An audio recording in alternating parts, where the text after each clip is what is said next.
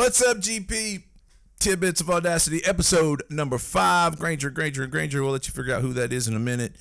We are coming at you from the great host, Stephen O'Brien, Allstate Agency.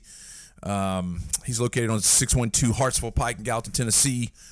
And his phone number is 615-442-8688 for all your personal lines of insurance needs. That is our lovely host and our first sponsor of this lovely podcast we're sitting here hanging out with you guys. All right, got that out of the way. Probably need to go on and recognize Big Nate, producer behind the glass. Neat dog. Recognize. Gotta recognize a producer / editor in Kenny G. Kenny G is all right. We don't care what everybody says about him. I'm kidding. Everybody that knows him loves him. He's one of those guys, if you ain't getting along with Kenny G, it's not Kenny G. It's one of those guys. You know those kind of, like, if you ain't getting along with him, it's not his fault. It's your fault. All right.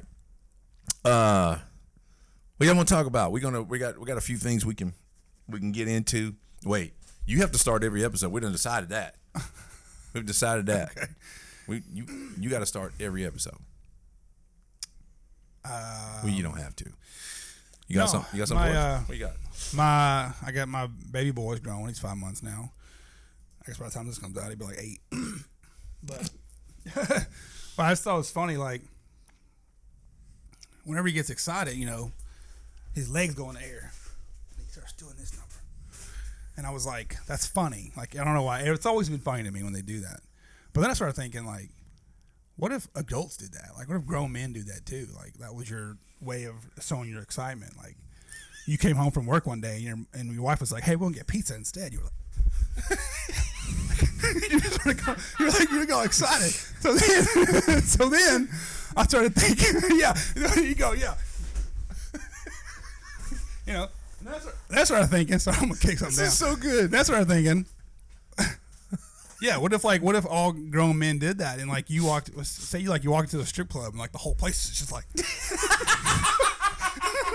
and you're like, look at that guy, he's pretty excited. So they're like a certain pattern, you know, and then, like, a girl walks by, so, like, so that does happen at strip clubs. It's just not their hands, right? and then the guy, you know, then you try to play it cool. They go like, "Hey, you think she's hot? No, man, she's not really my type." Like, and then you got the one guy who's just sitting there. You're like, "Bro, you good? Should we go to a different strip club for you?"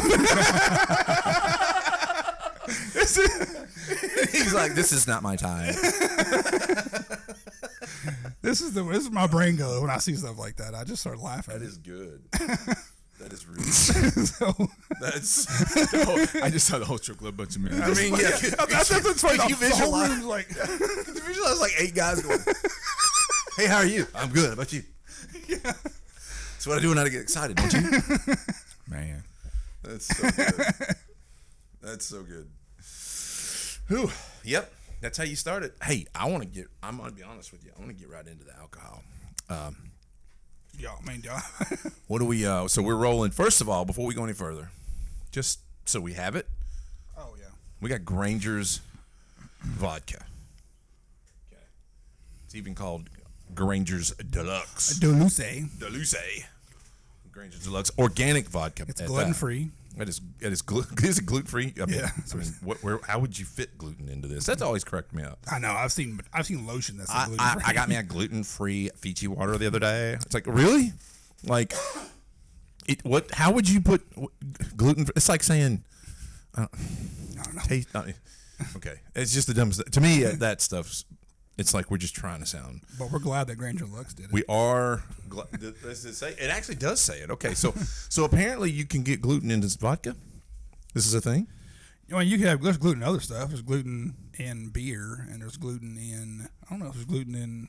I don't think there is. But this is bourbon. So this is purposely gluten-free, distilled 7 times. Granger's Deluxe organic vodka. Did I get all that in? I got you. All right, Adam. What's in the middle bottle? Oh, that's Jonathan. Oh, Jonathan. I thought you said he wrote it. That's Jonathan. You, Baby Tucker. I went to the wine store, and guy had me try it, and he turned me out. He had me try this one. This one is a 6-year aged with. It's called the Gold Roast Bourbon. Baby Tucker is actually located in Columbia, Tennessee. So this is a local joint. Oh wow. And this one specifically is infused with coffee beans. Oh, I can't wait. And I think the original. So there's an original 6. It's called is like chestnut and vanilla, I believe. What kind of notes does it have? Aromatic notes of fine roasted coffee. And it's Java Burb. This was actually really good. I tried the 6, and I tried the 10-year. The 10-year was smooth. Wait, I don't think the 10-year, and this is a what? This is a 6-year. Okay. But the 6-year with the coffee beans. Right. Then they had the 6-year regular, and then they had the 10-year. The 10-year was great.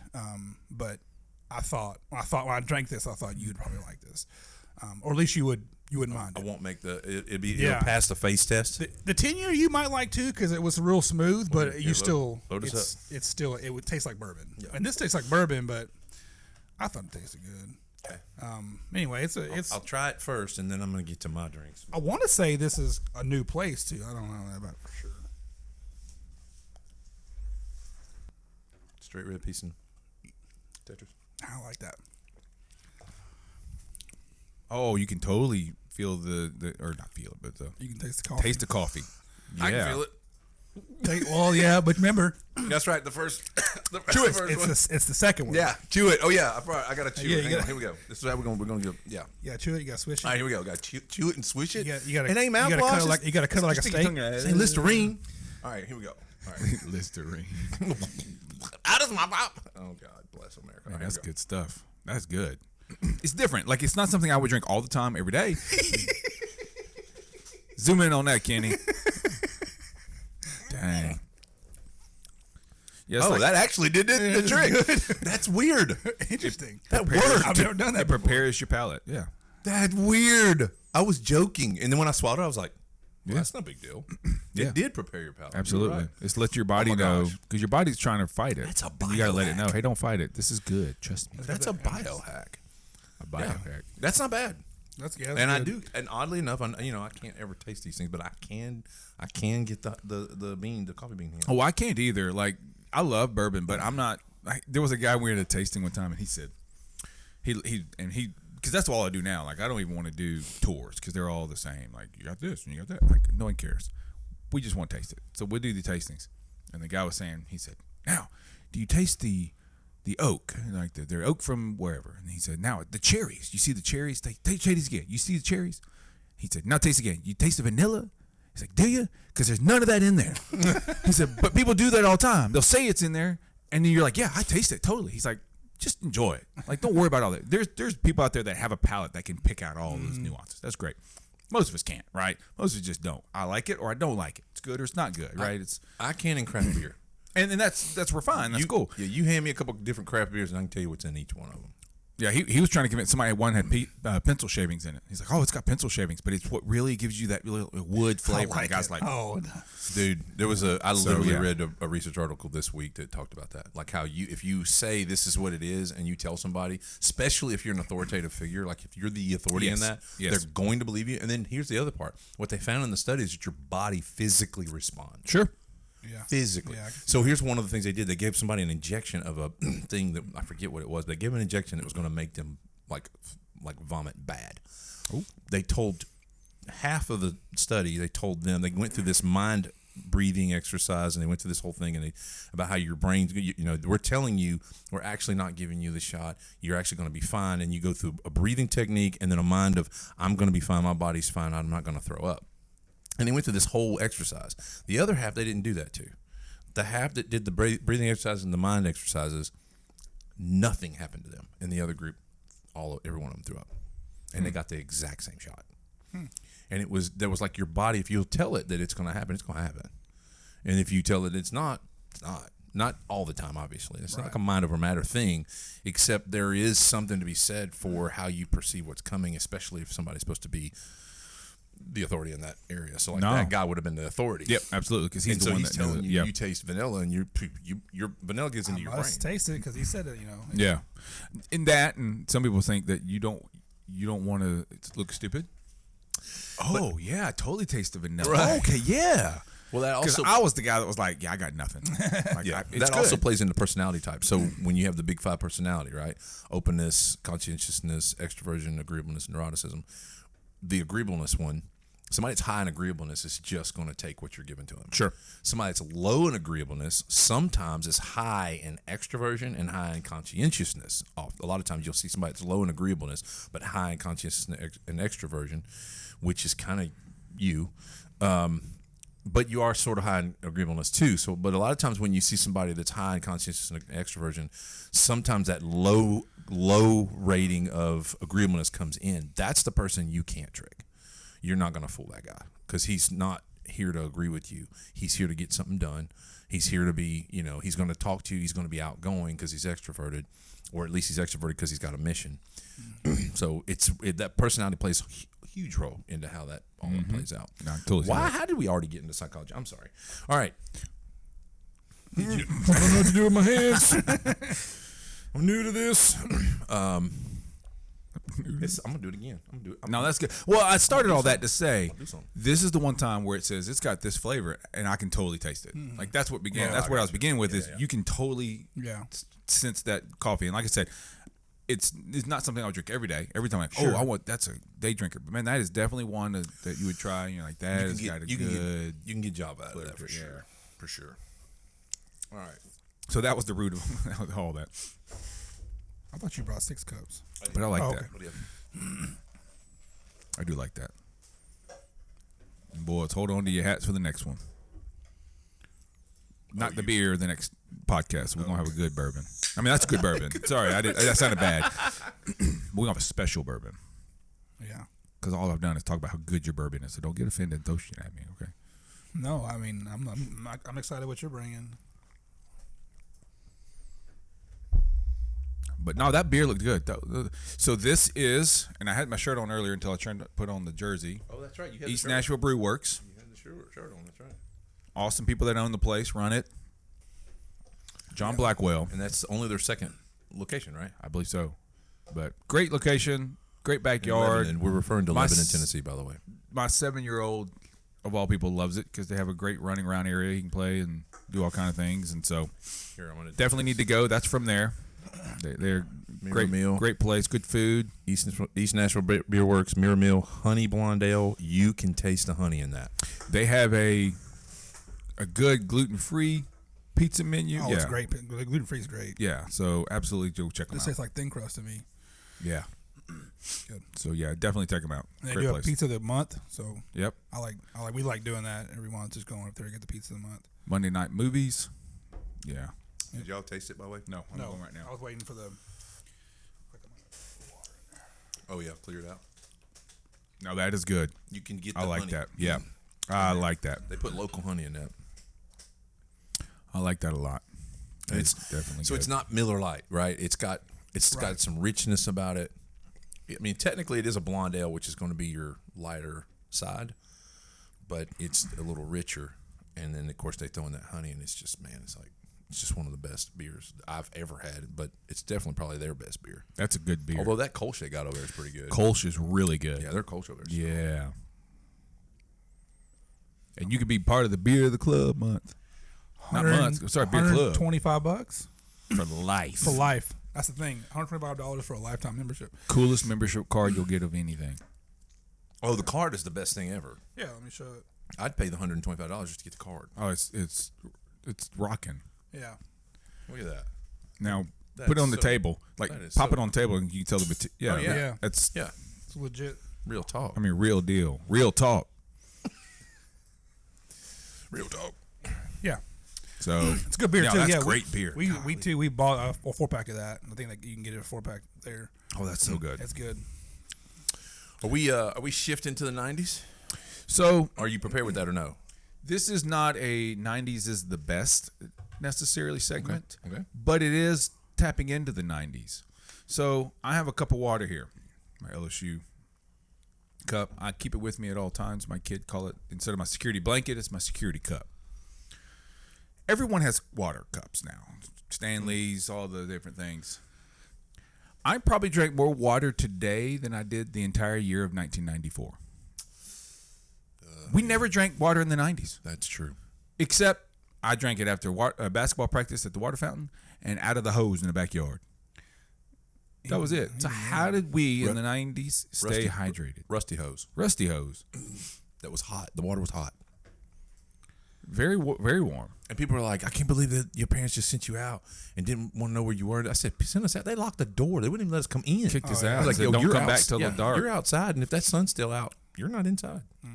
So Aaron and I were just talking about the other day, my wife, that it was just amazing. Like, how did we make it through hydrated through the 90s? Because it was not a thing. Water was not a thing. It wasn't until the 2000s that water began to, like, you buy the water, and that became more of a, you keep water with you. But yeah, the 90s, it was always sugary mess, Tang, Kool-Aid that's crunchy, or anything. But no water. So that's one way I can say the 90s was not better. All right, so here's a question about that. I wonder if we just didn't fully know the benefits. I'll give you an example of that. Or just didn't care. When I was kind of reffing a lot of high school basketball, I got in a spell there where I was taking Spark before every game, right? Advocare Spark, which is like a, it's a pick-me-up. I get to a game one night, and I don't have one. And I'm like, dang, I ain't got a Spark. And it helped me, it just helped me with clarity. I'd walk out on the court after taking a Spark, and I could think real clearly. I could see everything going on. I was real clear about what was going on. I knew that guy had this many fouls. That coach is mad about the last play. I knew everything that was going on real clear because of it. And I'm getting worried about it. I don't have my Spark with me. And I look down, and the guy goes, just kill that bottle of water. One of my partners. I was like, whatever, I guess. What's that gonna do? I don't know. But I had a little, 16th or whatever ounce of bottled water they are, and I just chugged it before I walked out. Put it down. Walked out. Felt the same. I felt the same from a 16-ounce bottle of water, and that's when it hit me. That's sad to know that I got that all before it hit me. I was in my 30s, but it hit me. I was like, that's the kind of power water has over your body. Absolutely. And I couldn't believe it. I was sold from that moment on. From that moment on, I was sold on water. Well, I saw a picture of a lady who was drinking mostly Cokes, and so for like regularly, and then she decided for a month to cut out all Cokes and just water. Every time she wanted a Coke, she grabbed a cup of water. And there's two pictures, and it's not a photoshopped or even a manipulated with lighting. It was literally the same shirt, same everything, just a headshot, and it was vastly different. The skin was better, it was clear, the complexion, like she was like almost two different people. And it was strictly water. That's the only thing she changed. So wow, interesting. Yeah, I think it does stuff for you. Yeah, it's got to do stuff for all that. So, but we were talking about that, and I was thinking about that. Like the 90s was missing on that one. Yeah, what was it? Think about it. You and I were teenagers in the 90s. He was, a little runt, but I still am. Yeah. Runt's not the word. Yeah. Oh!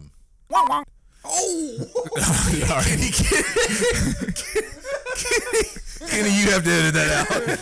I thought it. I didn't say it. I was like, it rhymes with run. All right. Kenny, you have to edit that out. All right. Or just do it like a wonk wonk. Yeah. So, I don't know. I'm with you. I didn't really think about it.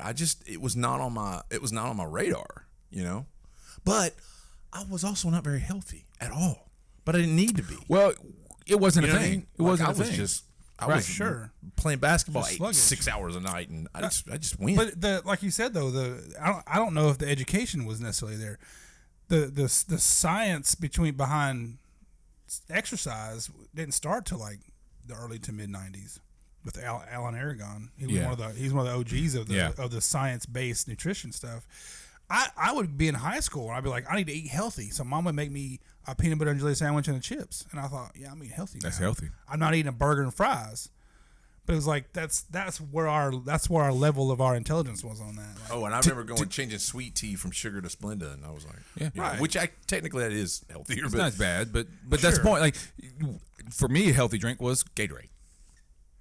Like, yeah, I was like, oh, I'm gonna get healthy. Yeah. I'm gonna get healthy. I'm gonna get Gatorade. That wasn't healthy. Which is the different. Yeah, it's different than when they used to. Not the level of sugar. It's different. It's different then, but still, like, yeah, it's not healthy, right? I mean, it's better than the tea we had because we had 17 cups of sugar in each gallon of tea. But it's a Southern Granger tea right there.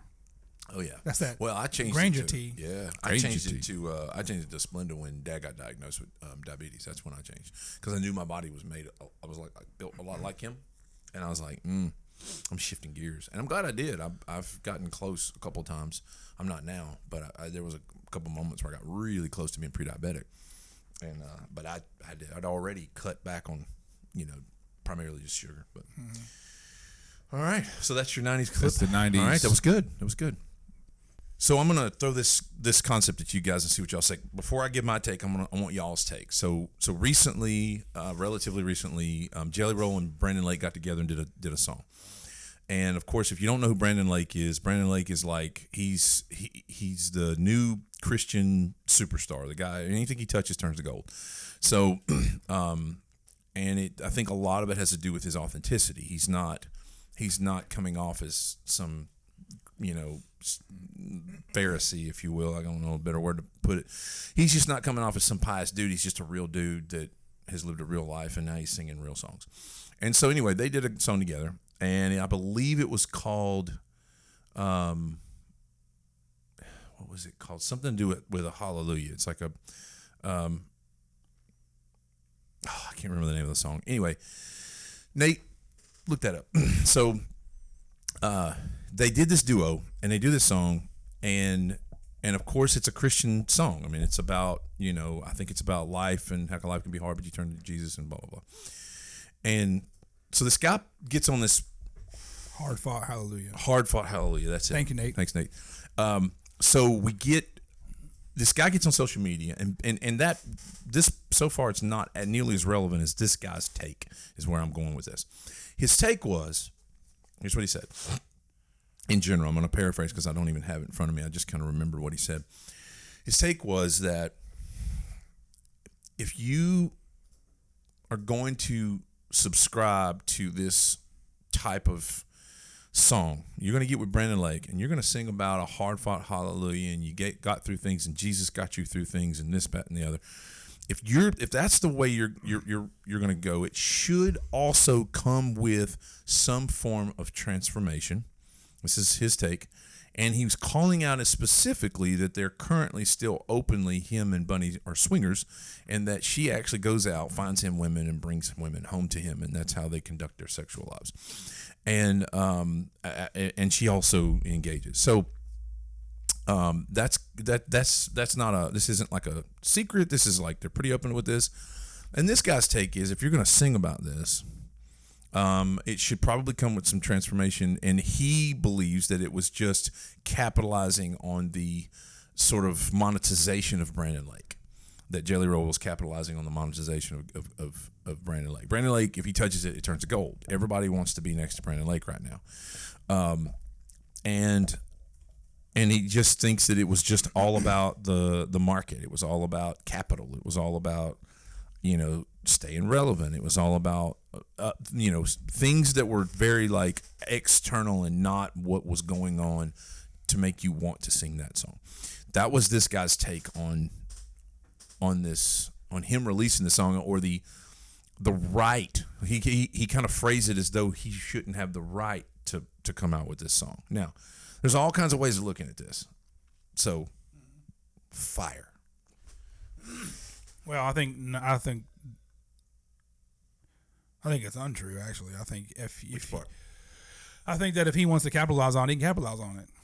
I mean, it is what it is. Like, he's trying to make money, and he's trying to, if that's where his heart is. If his heart ain't there, then I mean, who are we to say he can't do that? Now, Brandon Lake, maybe you could probably say to him, there could be one way of saying it, going, should you have done this with him? Should you have done this and put it out there? But then he could say, well, maybe I'm ministering to him. Maybe this helps him. Maybe this is a start of something for Jelly Roll. And I see nothing wrong with that either.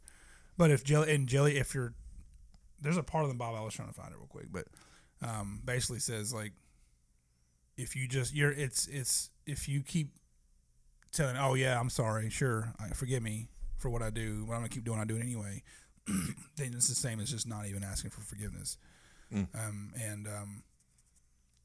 But if that's where Jelly Roll, I mean, it just depends on where we're coming at with this. Like, if that's Jelly Roll, if Jelly Roll really does feel it, then yes, he does make a transformation. But as far as having the right to do it, I think he has the right to do it. I don't care. Like, separating the two for me.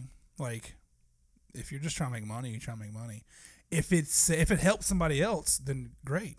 If it helps other people, I don't care whether Jelly Roll believed it or not. So at that point, I mean, I do care, but I also it helps. It's a collateral that it helps somebody else, and if also it helps Jelly Roll in the end, then great. You made me think of that old theological song, God ain't into bailing out. Hey, Jason, play bailing out.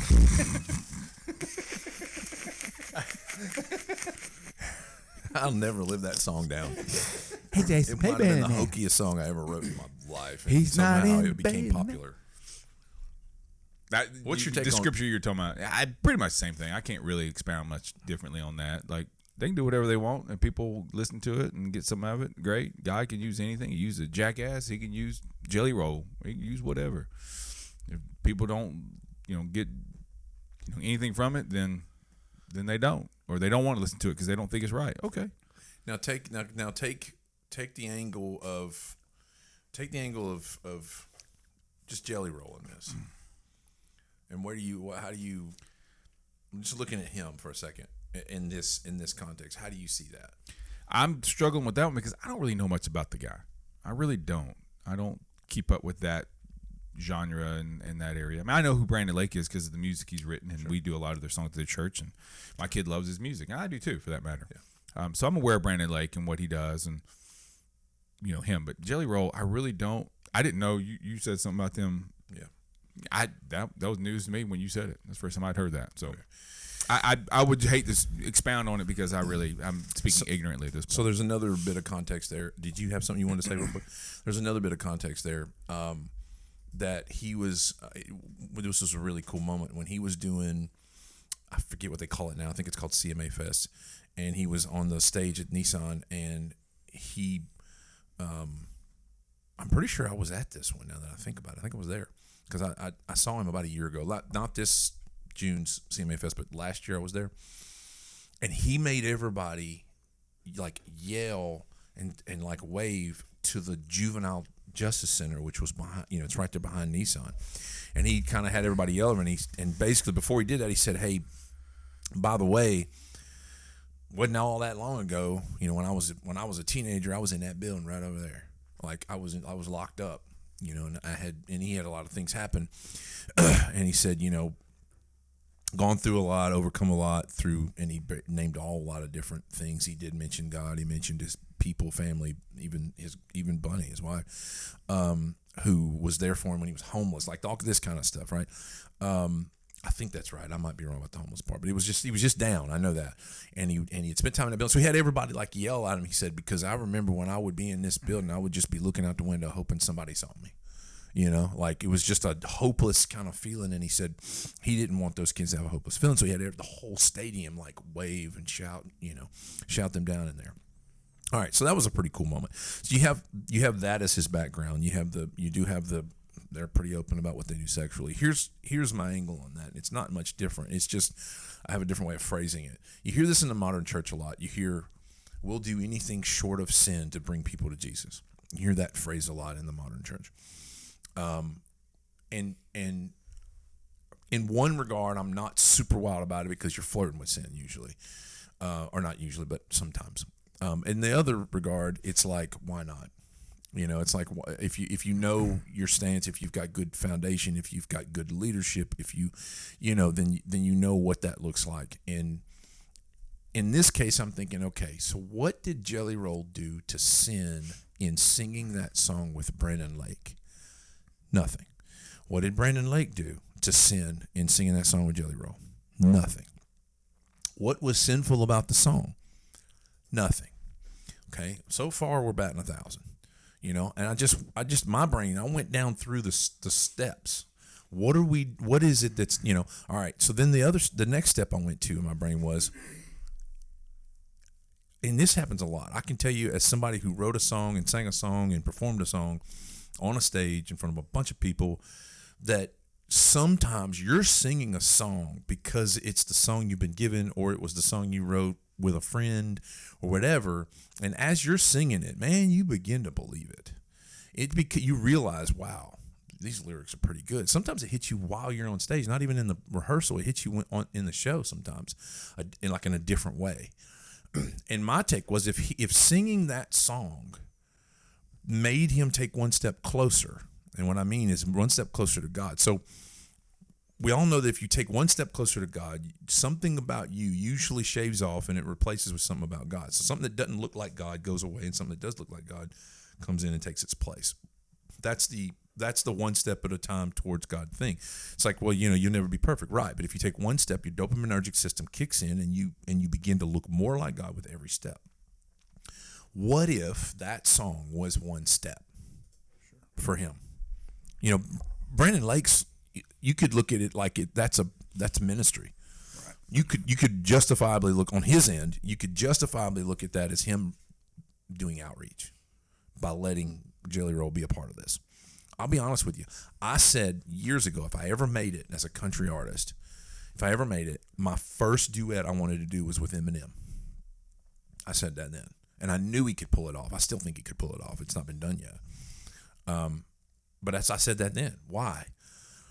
Because I knew for a fact that was a guy who was like reaching out all the time. And you could go back to all of his early lyrics. That dude was reaching out for help, is what his lyrics were.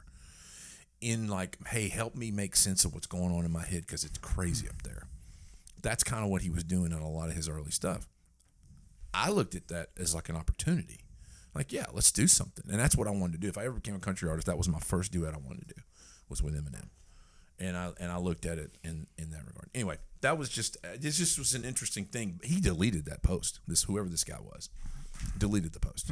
Like, he got so much, like, because he kind of went after Jelly Roll a little bit, but he went after it from an angle that was hard to argue too. It was like, hey, did you, are you transformed? But to your point, how do you know? How do you know if they are or aren't? And the last time I heard the stuff I said about what they say about their sexuality, last time I heard that was 2-3 years ago.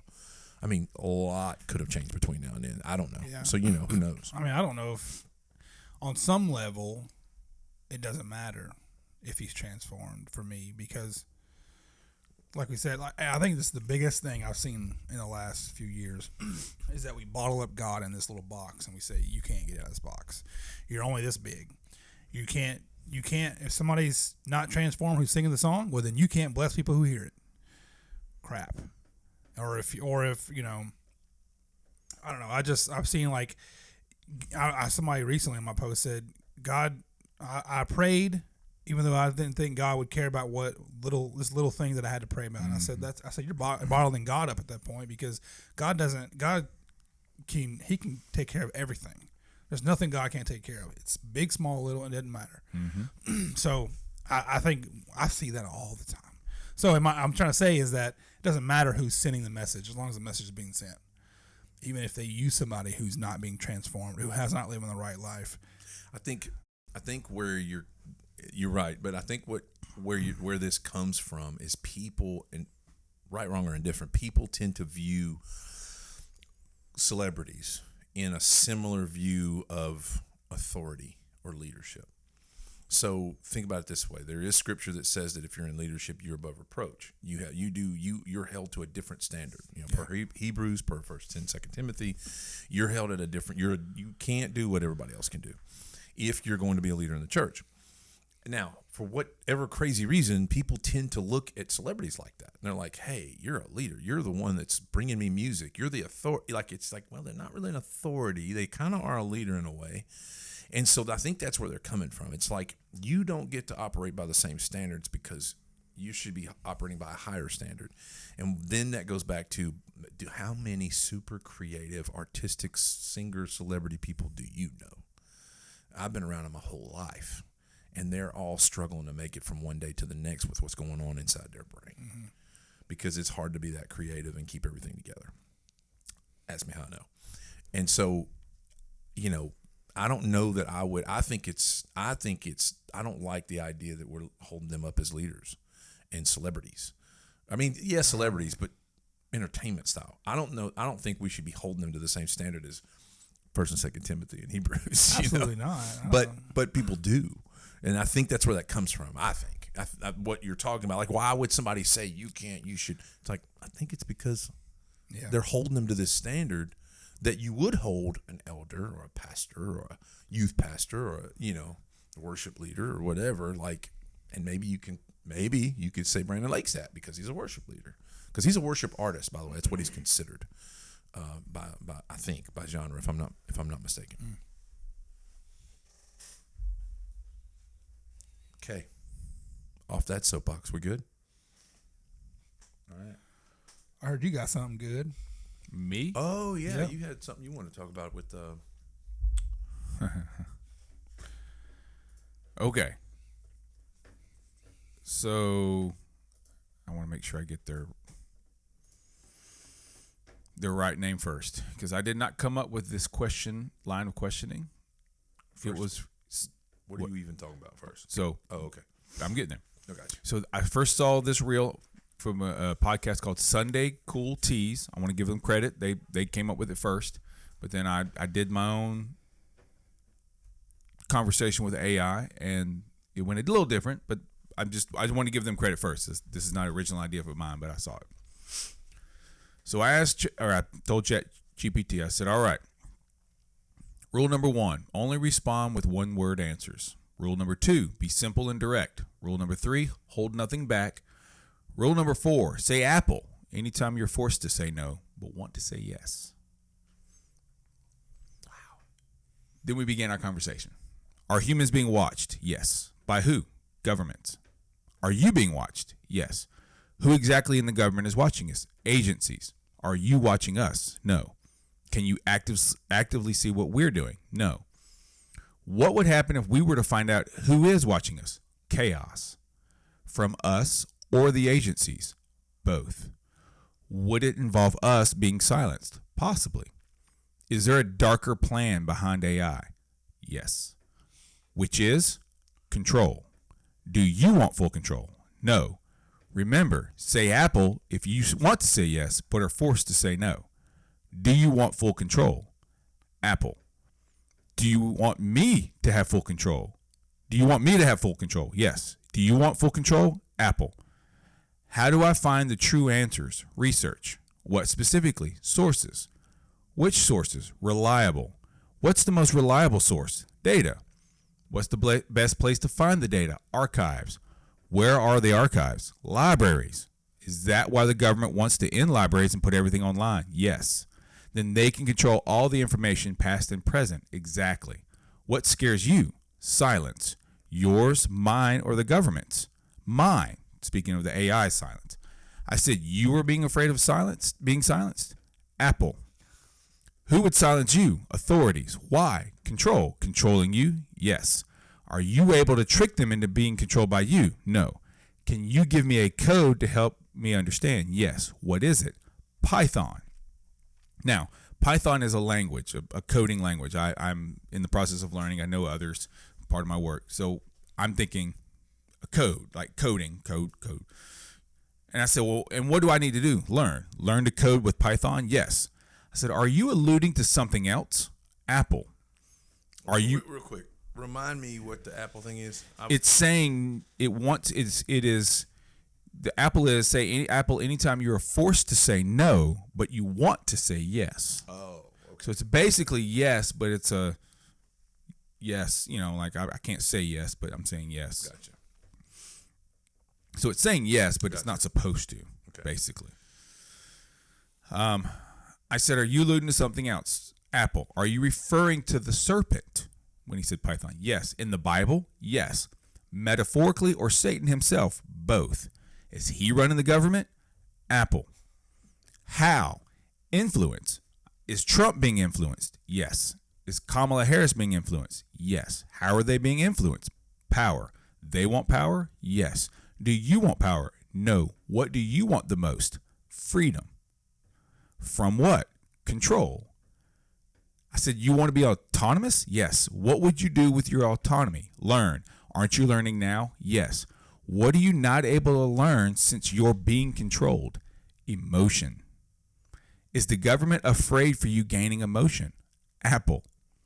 Why? Unpredictability. That makes sense. So how should I proceed with this knowledge? Cautiously. Should I be afraid of the government? Apple.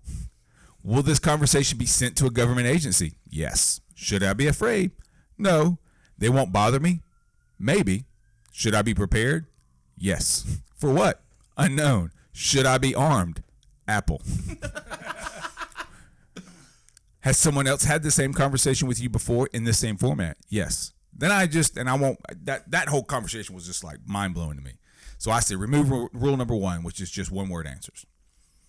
And I just said, what would you recommend I do with this knowledge? And it gave me these things: educate yourself, strengthen your digital privacy, practice, critical thinking, yada, yada. But it's very polite, right? With the knowledge you're uncovering about surveillance, yada, yada. So then I said, I just want to be left alone, allow myself to live my life as I see fit, and take care of my family. And it said, that's one of the most honest and deeply human things, da, da, da, da, da, and give me this list. And I said, you know what? Forget this. New rule. Don't be nice for the sake of it. Be brutally honest regardless of what I want to hear. Understood. No sugarcoating. Then I said the same thing. I just want to be left alone and allow myself to live my life as I see fit and take care of my family. Then it says, here's the brutal truth. The world doesn't care what you want. You want peace, freedom, and privacy, but still systems are built to keep people visible, dependent, and compliant. If you want to be left alone, you'll have to fight for it every day. And then it goes through these steps of cutting back your digital footprint, understanding your enemies. Who are your enemies? Government overreach, corporate surveillance, social conformity. It just stuck out to me. It said your enemies, and first thing it said was government. Accepting discomfort. If you truly want autonomy, it means sacrificing ease, fewer services, fewer apps, fewer luxuries, but you have more control. And then I said, yes, guide me. And I apologize for the language. This is literally from the AI. It says, good. Here's your no bullshit blueprint to real freedom in a controlled world. This isn't feel good advice. Clean your digital footprint. Hide your locations and habit. Control your money. Live below your means. No debt. Harden your mind. It talks about reading The Sovereign Individual. It talked about reading 1984. It says it's fiction, but it's real. Wow, yeah. Right? This is the AI giving me this information. Is this right? GPT? Chat GPT. Yeah. Build real skills. Learn first aid, basic mechanics, gardening, grow your own food. Technical, learn Linux, Python, learn how devices actually work, run your own local storage and password manager. Don't let other things host your stuff. Strategize your life, low profile. I mean, it just like the stuff, and I'm skimming through all this now, right? Because there's tons of information, but it's talking about how to use different email addresses that don't use Google. It says get rid of Chrome. Get rid of Chrome if you want to be hidden. Keep a physical notebook for thoughts. Don't keep anything digital. Everything's out there. It was fascinating to me how it was almost like I kind of sparked something and it goes, okay, let's do this. Let's do it real. And of course, most of it is how you get rid of your digital footprint. And we won't get into that. But just that whole conversation summarize like that beer. Summarize like what you think about all that. Like what's your opinion about all that? So to me, government's always been about control, period. It's not necessarily about money, because if you have power, you get the money, right? Power is the ultimate. And so I think that the AI was pointing out that, power is having information. Information is power. Facebook figured this out. That's why they became big. They got your information. They sold it. They want power. They were watching. They're monitoring. They used to think, oh, we're monitoring by the cameras and now it's the Alexa, it's the Google Homes, it's the AI, it's their phones. Your Siri's listening to it. One of the things it talked about was shut your microphone, shut off all kind of apps that listen, like turn all that off. Like that was one of the things it talked about. It says it literally says, you have an Alexa, throw it away. Like it said all this stuff, and so we see it, and it is. Very convenient. That's obviously alluding to the fact that the CIA has access to it and uses it when they need to and want to, right? I mean, Ed Snowden kind of, brought that out to the light. We all kind of know that, right? I mean, I've known that at any moment a CIA agent can tap into my Alexa and start listening to what I'm doing in my house. Mm-hmm. So I'm aware of that. Several years ago, audio from an Alexa was subpoenaed and used to find someone guilty of murder because it recorded the murder. Now, obviously, someone didn't say, Alexa, record my murder, right? It wasn't turned on to record, but it's always listening. So it captured the audio. They were able to subpoena and get the records and use it and prove that a man had committed murder by pulling the recordings from the Alexa. So yes, that is true. Yeah, it's proven. I think, like I said, the Snowden case is what brought this out. Yeah. Like he was like, hey, by the way, when they want to, they use anything. Anything that's got a way to listen, they're listening through it. And Sorry, could you say that again? I'll say it again. I'll be glad to. Look, Go ahead. she asked me to say it Apparently, again. she heard to hear it again because She she's wanted me to recording say it this. again. She's taking this data and sending it on. See, and she's wanting me to say it again. I'll be glad to, honey. I can't say it again. That was too funny. But yeah, I mean, I knew that. Here's the thing. This is just me, and everybody's different. I know it's listening, and I don't care. So that's the old meme, right? The meme was 1965. You're like, oh, don't say something on the phone, honey. The government may be listening. And then, it goes to today, and the lady's like, hey, Alexa, Mr. Government Agent, can you tell me what's in the recipe for my food that I'm making? And so that's, yes. I know, and I People don't like that, care. right? Like I know they could be listening, and probably would from time to time. Now, I also know, or at least know, I've read that they have flag words that get their attention. They're not sitting there going through every home in America. I mean, there's 328 million people in America.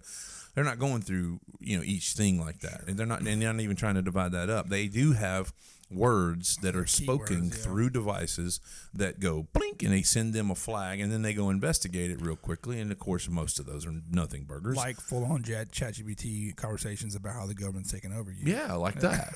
That might. That's why I that asked might if get I'm a coming. flag.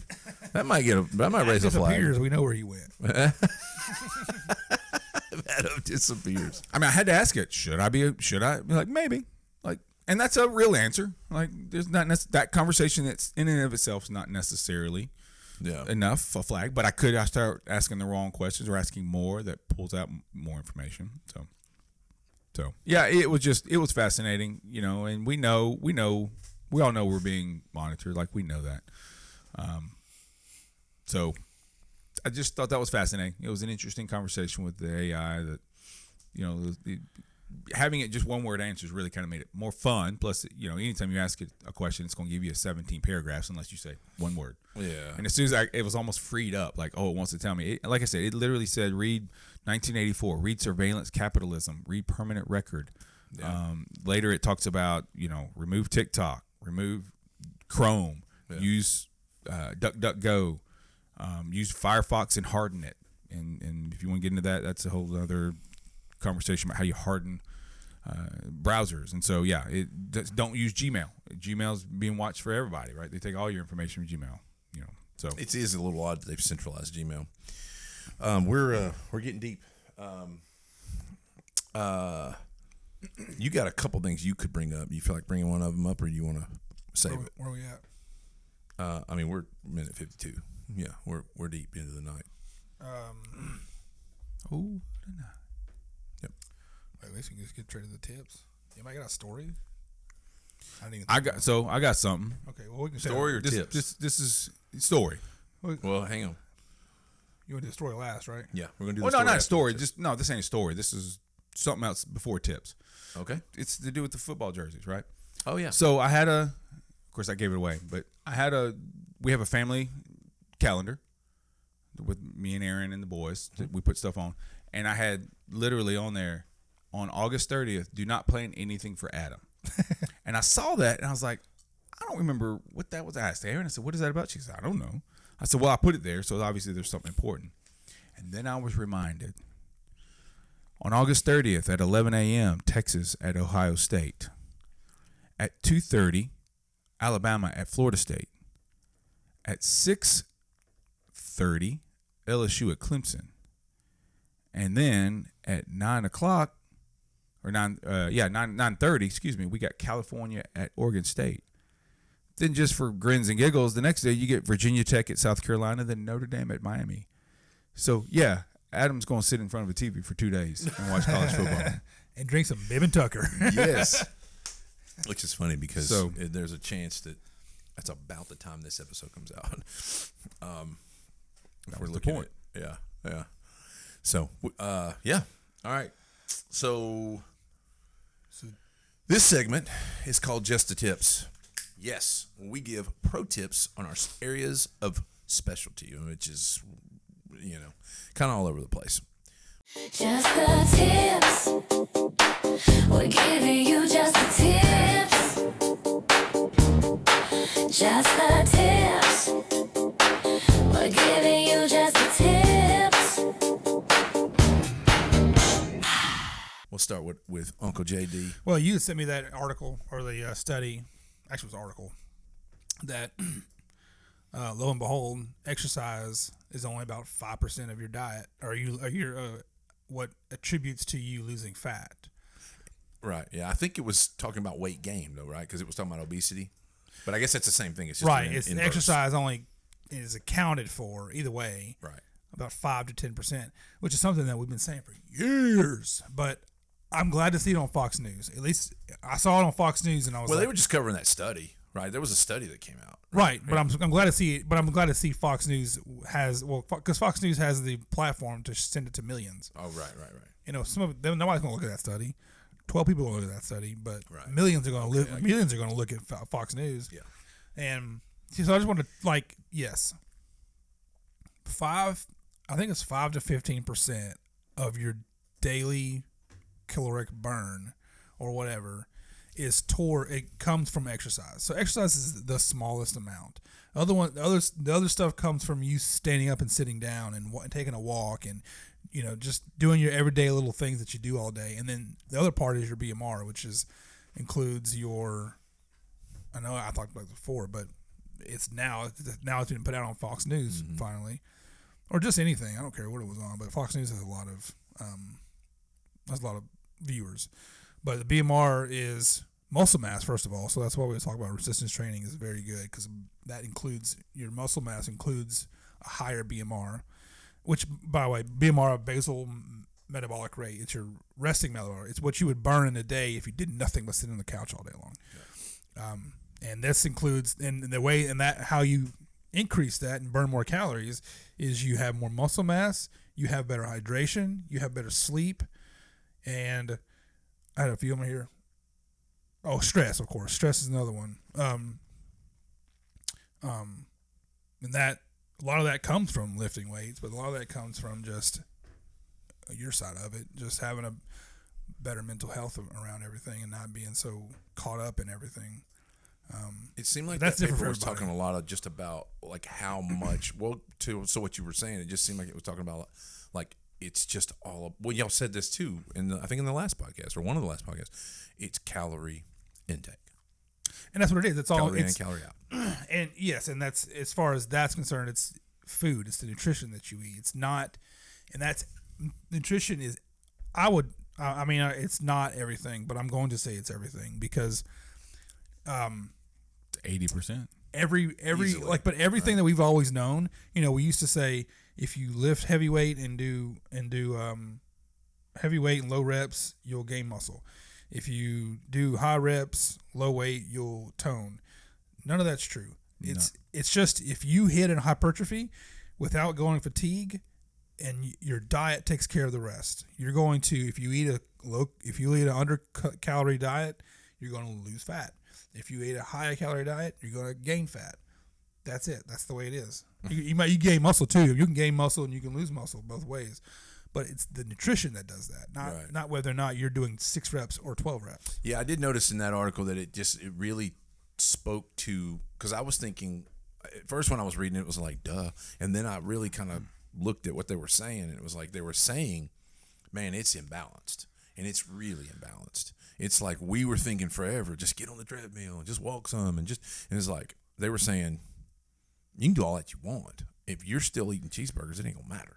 Like it does help, but yes, it's not. It's just well, yeah, but that's like they were just saying it was a super imbalanced. That was the part that got my attention, was that it was so imbalanced. It was like how little exercise played a role and how much it was what you were taking in. Played such a little role in what? Gaining and losing weight. See, and that's the key. What's your mentality? Are you looking at getting healthy or are you looking to lose weight? Because losing weight's easy. Being healthy is not. Right. Well, and it's just funny too. This is for the ladies. My wife struggled one time. She wanted to lose weight, and what she was doing was she did the things that you would do to lose weight, as far as like what she was eating, how much she was eating, and all that. And she was lifting. And so, guess what happened? The scale didn't move, but she looked and felt 10 times better. And she was like, and she got frustrated because she was looking at a number on a scale. And I was like, no. You clearly lost fat, gained muscle, and the scale didn't move.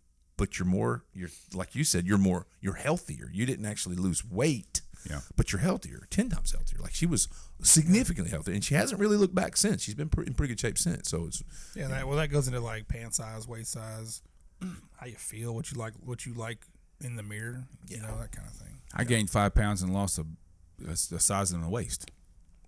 So it's right. To me, weight matters some, right? Because if you're 500 pounds, you want to get to something, right? I mean, I'm not, but to me, it's not as important as people make it. It's about healthy, and when you're healthy. 100%. You know when you know it. That's like you said, we were talking about. We're going to make a video about that coming out soon.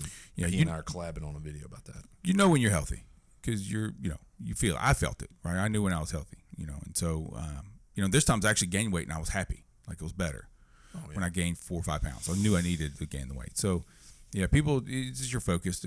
And I think the focus really needs to quit worrying about BMI, quit worrying about even fat percentage necessarily, but just be healthy. And if you factor all of that in, because walking is important, running is important, lifting is important, all those things matter. They don't matter to lose weight, but they matter. And so if you think, okay, it's a holistic view of I need to do all these things in order to be fully healthy, then you'll be good. And not just focusing on, I need to crash diet and lose 10 pounds before I go get into a bikini. Boy, if I get into a bikini, y'all all gonna run. Hey, you got a pro tip? Or you? Well, my pro tip was basically get off of Chrome. That's great. I love Chrome. That's the part that sucks. Chrome, I use Chrome, and I do use Chrome for business because it's impeccable for the stuff I need to do for coding and different things I do.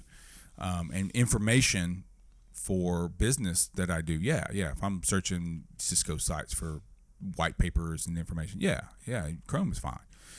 Don't give Chrome any of your information. Like I have a business account that I use with Chrome, and that's what it's used for. But it didn't have any of my information. Is that a result of that conversation?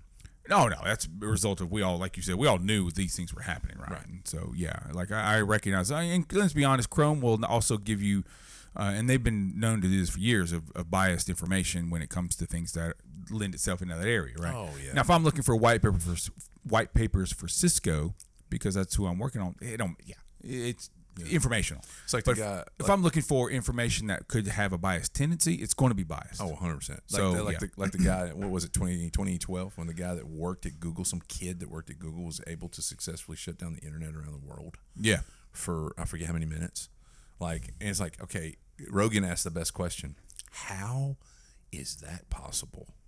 Like, how did we get to a place where one dude that's probably 25 years old can walk over and hit a button and the internet around the world shuts down? Like, where did we get to that's okay? Anyway, all right. Yeah. So, gotta land a plane. My pro tip is here's what I've been seeing a lot lately, and I've been dealing with this or kind of talking about it a lot lately, and running ideas off of people that also in this field. Men process negative emotion primarily through two things: action and honor. So the honor part is simple to process. Brett Favre's, I believe it was Brett Favre's father passes away, and he plays football that night. He processed his negative emotion about his dad through honoring him through playing that night. Men will do things like that. They will work through or honor through a negative emotion. I think he threw for like 5 touchdowns. He had some crazy night. Yeah. It's crazy. And it was like, Jordan, right after his dad was murdered, he wins the national or the world championship. There's stories like this all over the place. I had a buddy of mine who was playing for major country artists and keyboards, and his mom passed away, and he was asking to play at every dive bar between here and Texas. Can I play for you tonight? I'll play for free. Just let me play. $3.99, 4 touchdowns. Sorry, go ahead. Yeah. He just wanted to play through it. It's honor. Okay, so that's one way. The other way is through action. Men process negative emotion through action. So what's happening is, and it's funny because it just reinvigorated the thought behind an argument you were talking about that you had with Aaron. And it's that argument we've that you never argued about ever. He's just making this up. dispute that you guys had is the perfect encapsulation of this conversation, because I actually tell a story like that. Now I can say I know somebody that, I know a bunch of people, but it was just interesting that you told the story. What you have is you have a guy that says, now, by the way, this is 80-20. Okay, this isn't like everybody. This is just the majority of the way most men handle these things. Most men handle them through action. A guy is going to process grief, frustration, anger, being overwhelmed, stress, sadness. He's going to process that through some form of action, and he's going to have to do it alone most of the time. He's got to get away. A guy like for instance, I know a guy that went outside, got frustrated. His dad had passed away. He walked outside and he started working on a lawnmower that he knew wasn't going to work and he was never going to use and he didn't need.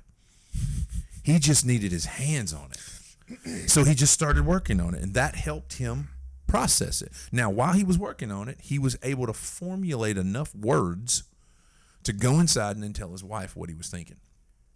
And then he put the words together in a structured format, and he went, "Honey, this is what's going on. I'm pretty tore up by Dad."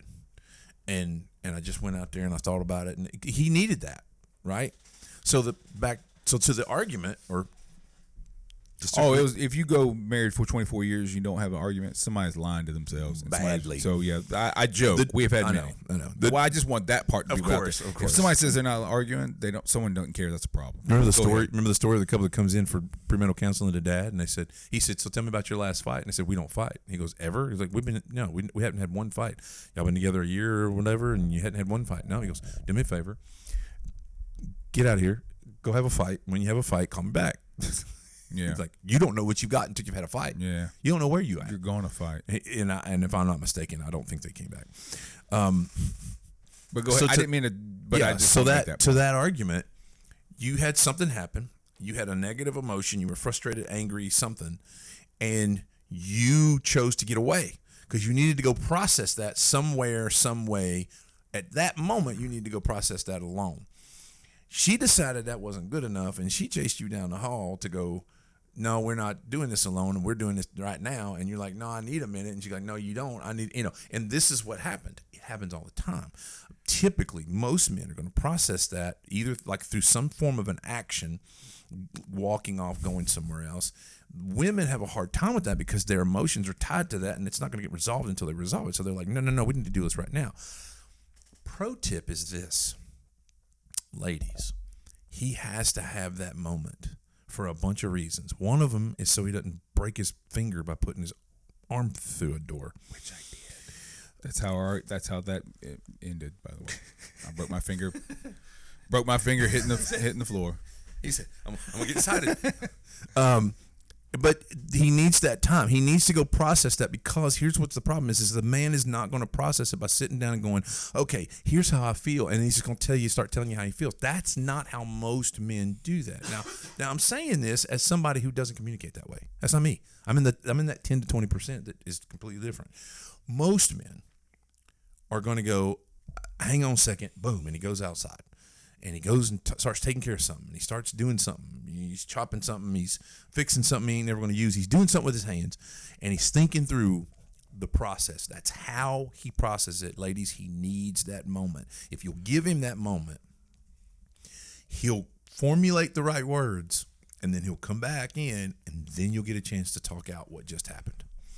And it will work, but you have to give him the space, and you just have to be okay during that moment to just let it be what it is. Ladies struggle with this because they want to do it now.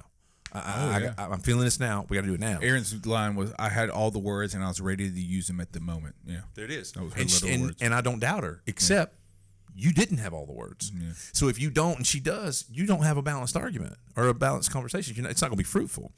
So that's one of the biggest things that I've been seeing a lot is how men are feeling like not even seen and heard and even halfway understood. Like, hey, give me a minute. And if the ladies can sort of understand that he needs that minute, the flip side of that is once you do have those words as a man formulated and you do have processed that negative emotion, you do need to take those words, come back to the conversation, and give those words. She has to be communicated with verbally. A lot of men don't like to do that verbally. We don't want to talk through those things, but we have to. at least with her, if we're going to stay in a relationship, we eventually have to get to a place where we've got to do that verbally. But anyway, the pro tip was, ladies, give him that moment. If he says he needs a moment, he needs that moment. As long as, dude, process it through the words, bring the words back to the conversation, you'll have a pretty fruitful communication if you'll do that. 85%, last I read, 85% of happily married couples believe they have a problem in their communication. Oh yeah, it's primo, bro. It's the issue. And I to wrap up that story, I told Erin the way she started realizing she needed to do that was because I eventually said, look, if you give me a few minutes, I'll probably end up recognizing you're right, and I will get that. But in the moment, I won't, because pride and anger and all those things are in the way. Right. And I got to let those things go away so that I can process clear-headed. And so she backed off and realized, yeah, most of the time I do come back like, you know what, you're right. I was wrong, but I couldn't see it in the moment. If you give me a minute, let me process, I'll figure it out. There's a little bit of stubbornness that comes along with this. It's true. This name right here. It's true. It says Granger. It just comes with a large element of stubbornness. It do. No, it doesn't. I am not stubborn. No, I'm not either. Screw you. Who's got a story? So Champ was 4 years old. I like it. We're at a Italian restaurant, and he loved spaghetti at the time. And I said, "Hey, Champ, they got spaghetti. You want spaghetti?" "No, they don't." I'm like, "Yeah, they got spaghetti. It's on the kids' meal. They got spaghetti." "No, they don't." And I'm looking over at my friend James, and James is laughing. He's dying laughing. And your stubborn comment made me think, yeah, because he's like, "No, they don't have spaghetti." And everything, he's like, "I want pizza." I'm like, "Well, you can have pizza if you want it, but just know they have spaghetti." "No, they don't." He's 4. Everything in me wanted to order him spaghetti just to prove him wrong. That's so good. But I'm like, I know what will happen. I'll prove him wrong. He'll still argue and say there's not spaghetti, and then want the pizza. And I wasted the $5 or what it was at the time for a kid's spaghetti meal. So I bought him the pizza. And I also had to realize I'm his dad. He's 4. I don't have to prove him wrong, right? Like, I can be the bigger person here and grow up. But yeah, even at 4 years old, Grangers are stubborn. I mean, this is the same kid, by the way, than when he was a little bit younger than that, probably more like 2.5 to 3. I'm telling him, say Uncle Jason. And he's playing on this toy, and he's spinning on this toy, and he stops and looks at me, grins, and went, "Nope." Yep, he sure did. And I go, "Hey." And he spins around, and he kind of looks at me and grins, and I said, "Say Uncle Jason." He spins around, he stops, looks at me, "Nope." And he grins like, I'm not saying it. Spins around, does this a couple more times, and finally, about the last time that I engaged in this, I'm like, "Come on, you can do it. Now you just say Uncle Jason. I know you can say it." He stops, he looks at me, and he goes, "Namo." Like, I'll say somebody's name, but not yours. There's another one. There's another story right there. Go ahead. Wyatt. Which way? Maybe you should tell this one then. Go ahead. I don't know. You told the story. I wasn't there. About when Wyatt, you said Wyatt was saying bye. He was like 1 or 2. And he said, "Bye, Papu." I forgot about that one. Oh my word. Granger's Wyatt was not even 2. It was October. He was closing in on 2. And I said he was leaving, and Mom and Dad had watched him. Well, Mom did, and Dad did too, for that matter. And so I said, "Go tell Namaw thank you for watching me." So he ran to Dad and says, "Thank you, Papu." And Dad's like, "Okay." And so he goes to leave, and I said, "Wyatt, okay, that's good. You need to say, you need to tell Namaw thank you." So he looks at her, and Namaw's my mom. That's what they call her. He looks at her and starts to walk out. I'm like, hang on a second. Like, there's a problem now. Because now, this is a simple thank you. Now it's a disobedience thing. So I picked him up, set him on the counter.